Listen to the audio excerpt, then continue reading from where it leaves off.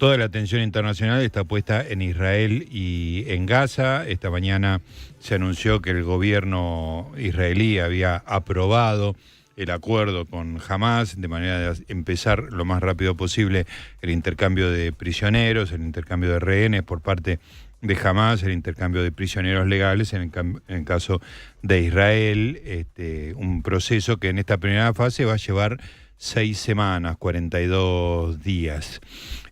También tenemos otra noticia importante, que es que pasado mañana, el lunes, asume Donald Trump. Y para hablar de estas cosas lo tenemos Andrés Repeto, un conocido analista internacional. Andrés, ¿cómo te va? Gustavo Noriega, del programa de Luis Majul, te saluda.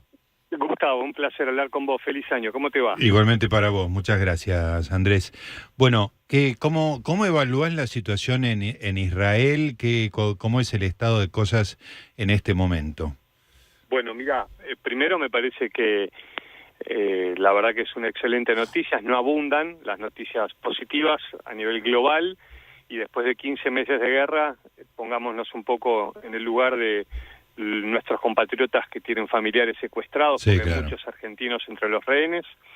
15 meses, en los últimos meses, familiares de los rehenes, principalmente en Israel, haciendo toda la presión posible, muchas veces muy enojados con la política del premier Netanyahu sobre el tema de los rehenes.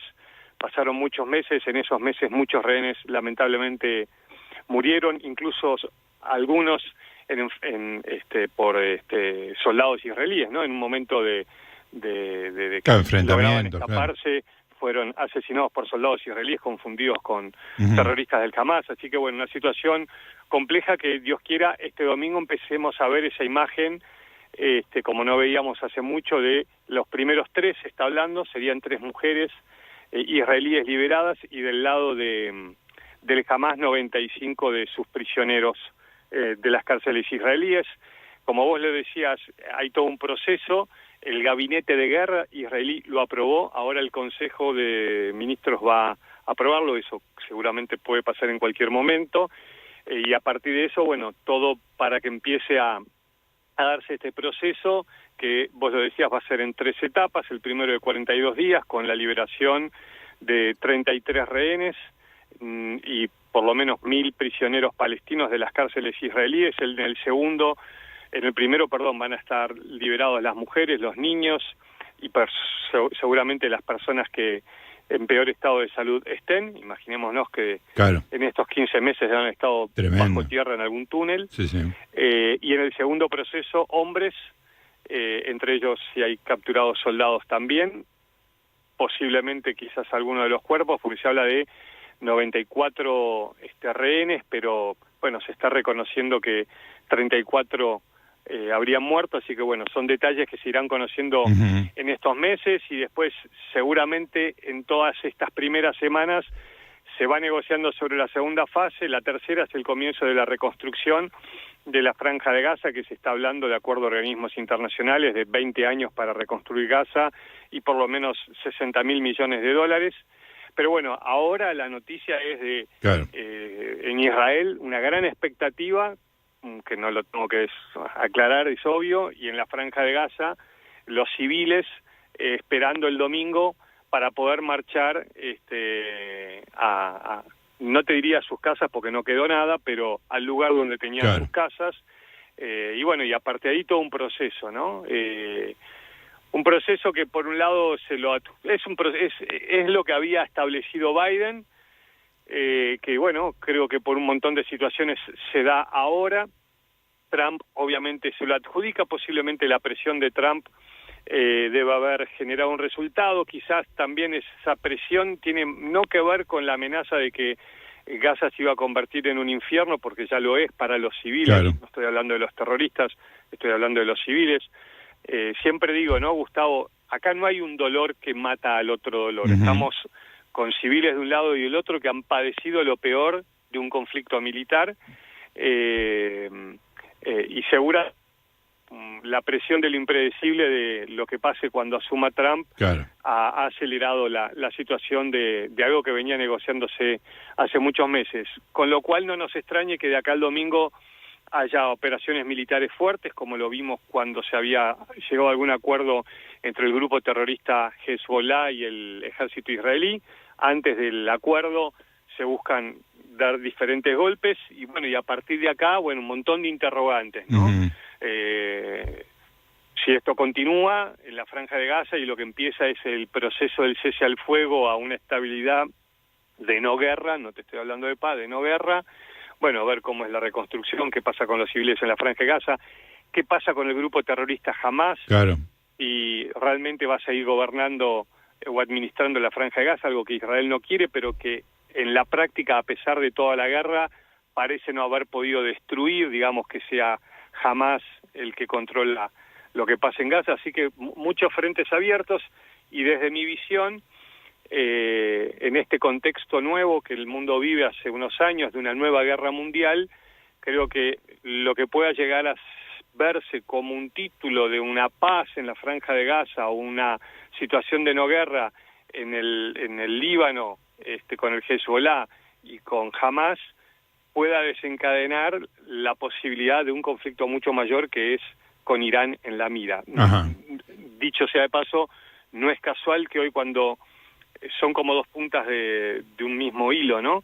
Cuando estamos hablando de esto, de este acuerdo que se aprueba y bueno, que se dé ojalá toda esta situación de liberación de rehenes y que los civiles en la Franja de Gaza empiecen a tener ayuda internacional, en el otro extremo de ese hilo está el anuncio de un acuerdo a todo nivel entre Rusia e Irán.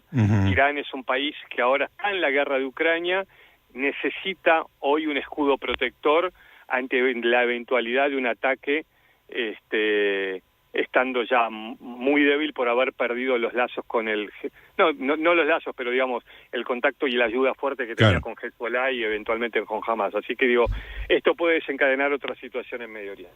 Ahora, la situación de Israel respecto del 7 de octubre de 2023, en algún sentido, digo, más allá de todas las desgracias personales, de las pérdidas de guerra, etcétera, etcétera, encuentra que algunos de sus amigos están como más debilitados, ¿no? Siria, Irán mismo. No, todo. Israel ha generado un golpe letal a muchos de sus enemigos. Sí. También hablas de la caída de Bashar el-Assad, con lo que no sabemos que vendrá en Siria, ¿no? Ese es otro interrogante.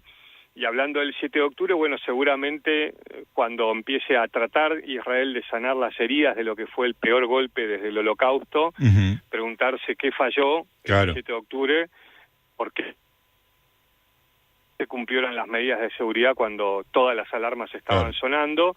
Ya hubo renuncias y discursos de miembros de seguridad de Israel y pidiendo costos políticos, eventualmente en un primer ministro que, aparte, dicho sea de paso, sigue siendo enjuiciado por otros cargos de corrupción. Pero bueno, como democracia que es Israel, también se debe ese debate, ¿no? ¿Qué pasó que no se pudo evitar un ataque terrorista de la magnitud de Hamás, que obviamente lo que buscó fue lo que pasó, ¿no? Buscó generar la mayor cantidad de asesinatos, torturas y toma de rehenes del lado israelí para que pasara lo que pasó.